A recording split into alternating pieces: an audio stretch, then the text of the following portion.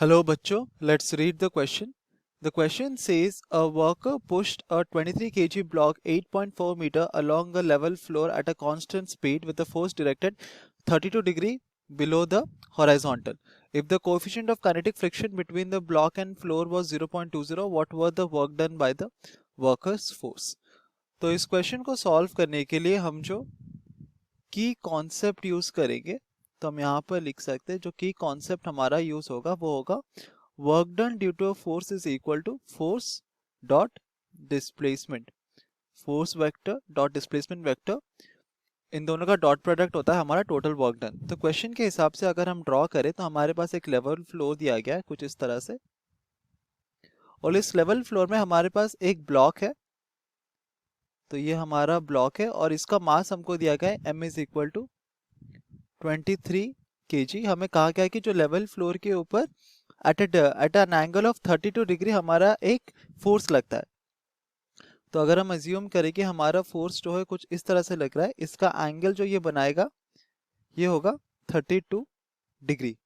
तो हम देख सकते हैं कि ये हो जाएगा हमारा f cos थीटा और ये हो जाएगा हमारा f sin थीटा। यहाँ पे थीटा क्या है, इक्वल टू 32 डिग्री।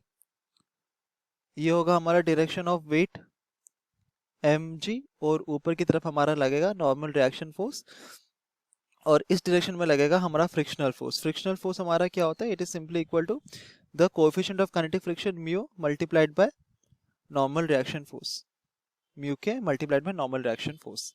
तो ये होता है हमारा गिवन सिचुएशन हमको दिया गया। हमें कहा गया कि हमारा जो फोर्स है वो at an angle of 32 degree लग रहा है ऑन द ब्लॉक, जिसकी वजह से हमारा डिस्प्लेसमेंट जो हो रहा है वो इस तरफ हो रहा है by s is equal to 8.4 metre. 8.4 metre ये हमारा डिस्प्लेस हो रहा है।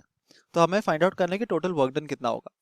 तो अगर हम फ्री बॉडी डायग्राम बनाए तो अगर ये हमारा ब्लॉक है कुछ इस तरह से, तो इस पे जो फोर्सेस लग रहे हैं नीचे की तरफ mg, ऊपर की तरफ normal reaction force, along the floor frictional force, और हमारा यहाँ पर लग रहा है f cos थीटा, और नीचे की तरफ लग रहा है again f sin of theta.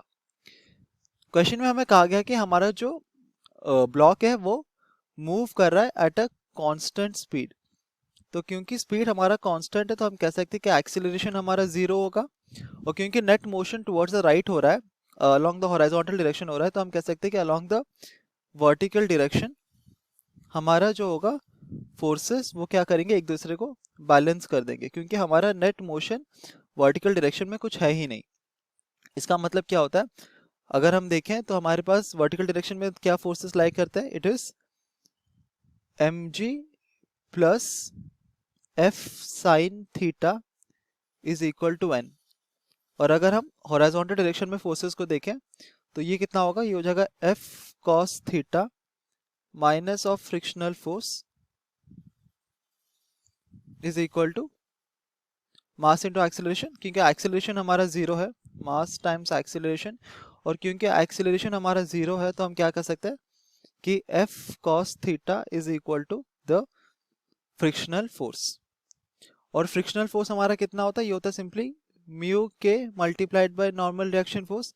Normal reaction force हमने यहाँ पर फाइंड आउट किया इतना होता है, तो इसको हम इसमें हम सब्स्टिट्यूट कर देते हैं।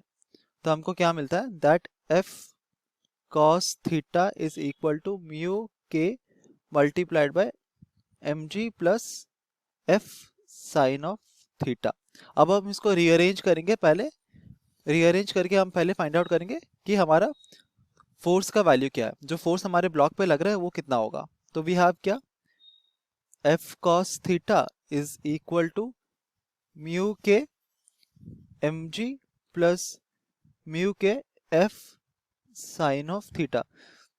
तो अगर हम साइन थीटा टर्म को टुवर्ड्स द लेफ्ट ले आए तो हमको क्या मिलेगा, f cos theta minus of mu के sine of theta is equal to mu K mg। तो फोर्स का वैल्यू जो आएगा वो होगा म्यू के multiplied by mg whole divided bye cos theta minus of mu के साइन थीटा। तो थीटा के जगह में हम डालेंगे 32 डिग्रीज, म्यू की जगह में हम डालेंगे 0.20, तो ये जो 0.20 multiplied by 23 multiplied by 9.8 whole divided by ये हो जाएगा cos of 32 degree minus of 0.20 multiplied by sine of 32 degree. तो अगर इसको हम कैलकुलेट करेंगे तो हमको फोर्स का वैल्यू मिलेगा to be equal to 60.91 newton. तो इतना अमाउंट ऑफ फोर्स हमारा ब्लॉक के ऊपर लग रहा है। हमें फाइंड आउट करना है कि वर्क डन कितना होगा। तो हमने कॉन्सेप्ट में देखा था work done due to force कितना होता है, ये होता है फोर्स और डिस्प्लेसमेंट वेक्टर का डॉट प्रोडक्ट। तो ये होता है फोर्स का मैग्नीट्यूड मल्टीप्लाइड डिस्प्लेसमेंट का मैग्नीट्यूड और उनके बीच का एंगल। तो ये एंगल कितना होगा, ये अगेन 32 डिग्री हो जाएगा, तो ये हो जाएगा 60.91 मल्टीप्लाइड बाय एस हमको दिया गया है 8.4 metres multiplied by cos of 32 degree. और हम क्योंकि वर्क डन फाइंड आउट करें तो ये जूल्स में होगा, तो वर्क डन हो जाएगा हमारा इज इक्वल टू 433.96 जूल्स।